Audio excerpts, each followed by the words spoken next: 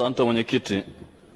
Mheshimiwa Mwenyekiti, kumekuwa na udhaifu na ucheleweshwaji mkubwa wa kiutendaji katika ukarabati unaoendelea kwenye uwanja wa Benjamin Mkapa kiasi cha kutishia mchezo wa fainali kati ya Simba pamoja na Berkane, lakini pia kutishia mechi ya ufunguzi wa michuano ya CHAN ambayo itaanza mwezi Agosti.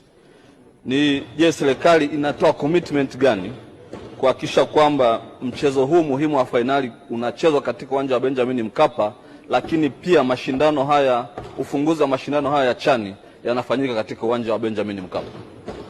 Majibu, Mheshimiwa Waziri. Nakushukuru Mheshimiwa Mwenyekiti.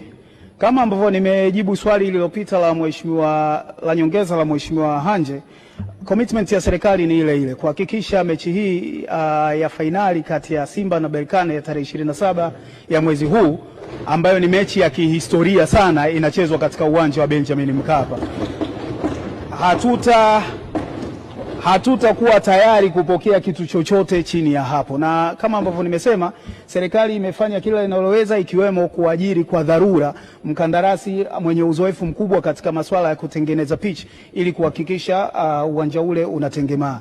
Na jana usiku mimi binafsi nilikuwa na kikao kirefu cha kwenye simu na viongozi wa CAF akiwamo Rais Daktari Motsepe ili kuhakikisha kwamba wanatusaidia na wao wenyewe wanatuletea consultant wa kimataifa kuhakikisha tunashauriwa vilivyo namna ya kutunza pichi ile. Kwa hiyo nimtoe hofu Mheshimiwa Shangazi na wapenzi wengine wa mpira wa miguu wakiwemo wapenzi wa Simba, mechi ile itachezwa pale pale na hakuna mahali inaenda, na tukio hili la kihistoria litafanyika mbele ya macho yao wakiwa wanalishuhudia. Asante.